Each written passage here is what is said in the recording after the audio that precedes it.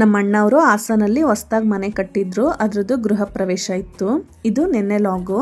ನನ್ನ ಫ್ರೆಂಡು ಹಿಂದಿನ ದಿನ ಹಾಸನಿಂದ ನಮ್ಮ ಮನೆಗೆ ಬಂದಿದ್ಲು. ಅವಳು ನಾನು ಜೊತೆಯಾಗಿ ರೆಡಿಯಾಗಿ ಹಾಸನಿಗೆ ಹೊರಟ್ವು. ಬೆಳಗ್ಗೆ ಒಂದು 9ಗೆಲ್ಲ ಚನ್ನರಾಯಪಟ್ಟಣ ಬಿಟ್ವು. ನಮ್ಮ ಊರಿಗೆ ನಮ್ಮ ರಿಲೇಟಿವ್ ಎಲ್ಲ ಹೋಗೋದಕ್ಕೆ ಅಂತಾನೆ ಒಂದು ಬಸ್ ಮಾಡಿದ್ರು. ನಮ್ಮಪ್ಪ ಇದೇ ಬಸ್ಸಿಗೆ ಹೋಗೋಣ ಬಾ ಅಂತ ಕರೆದ್ರು. ಬಟ್ ನಾನು ಇನ್ನೊಂದು ಫಂಕ್ಷನಿಗೆ ಹೋಗ್ಬೇಕಿತ್ತು, ಲೇಟ್ ಆಗುತ್ತಲ್ಲ ಅಂದ್ಬಿಟ್ಟು ನಾನು KSRTC ಬಸ್ಸಿಗೆ ಹೋದೆ. ನಂಗೆ ಅಲ್ಲಿ ಹೋದ್ಮೇಲೆ ಯಾವ ಏರಿಯಾ ಅಂತ ಗೊತ್ತಾಗ್ಲಿಲ್ಲ. ಕಾರ್ಡಲ್ಲೇನೋ ದೊಡ್ಡಪುರ ಅಂತ ಇತ್ತು ಅಂತ ದೊಡ್ಡಪುರದ ಸ್ಟ್ಯಾಂಡಿಗೆ ಹೋಗಿ ಇಳ್ದೆ. ಆದ್ರೆ ಅಲ್ಲಲ್ಲ ಅಂದ್ರು. ಮತ್ತೆ ರಿಟರ್ನ್ ಡೈರಿ ಸರ್ಕಲ್ಗೆ ಬಂದು ನಮ್ಮ ಅಪ್ಪ ಅವ್ರು ಬರ್ತಿದ್ದ ಬಸ್ಸನ್ನ ಕ್ಯಾಚ್ ಮಾಡ್ಕೊಂಡು ಅಂತೂ ಇಂತೂ ಮನೆಗೆ ತಲುಪಿದ್ವು.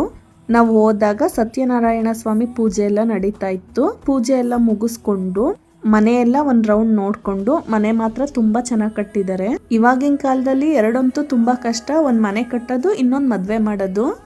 ಊಟ ಎಲ್ಲ ಮುಗಿಸ್ಕೊಂಡು ನಾನು ಇನ್ನೊಂದು ಫಂಕ್ಷನ್ ಇತ್ತು ಅಂತ ಹೇಳಿದ್ನಲ್ಲ, ನಮ್ಮ ಅದಕ್ಕೆ ಸೊಸೆದು ಸೀಮಂತ ಇತ್ತು.